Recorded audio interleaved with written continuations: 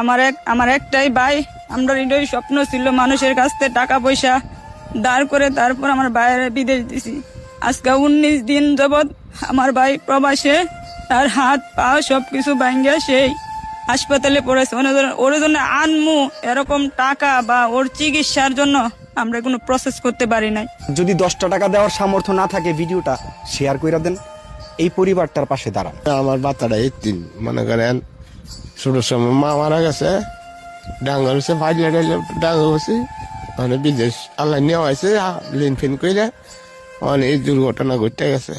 এখন আমরা সকল প্রবাসী ভাইদেরকে বলি যেন আমার বাইরে সবাই সহযোগিতা করে, যেন তারা যেন আমার বাইরে সুস্থ করে, আল্লাহ যেন আমার বাইরে সুস্থ করে। তার বাবাটা দেখেন, মা কিন্তু নাই, একটা মাত্র বোন, একটা মাত্র ভাই। বাবারও চোখে সমস্যা। কি আর বলবো বাবা, আল্লাহর কাছে সবই ভালো। এখন তার দেশে আনার মতো কোনো টাকা পয়সা আছে? না, আমার কাছে কোনো 10টা টাকাও নাই। ঠিক আছে, আপনারা সবাই, আপনাদের কাছে আমি হাত জোর করে অনুরোধ করতেছি, ভাই আপনার বিকাশে নগদে পরিত্যক্ত 10টি টাকা যদি আপনারা ওরে দেন, এই 10টি টাকায় একটা সময় গিয়ে অনেক বড় একটি অ্যামাউন্ট হয়ে দাঁড়াবে।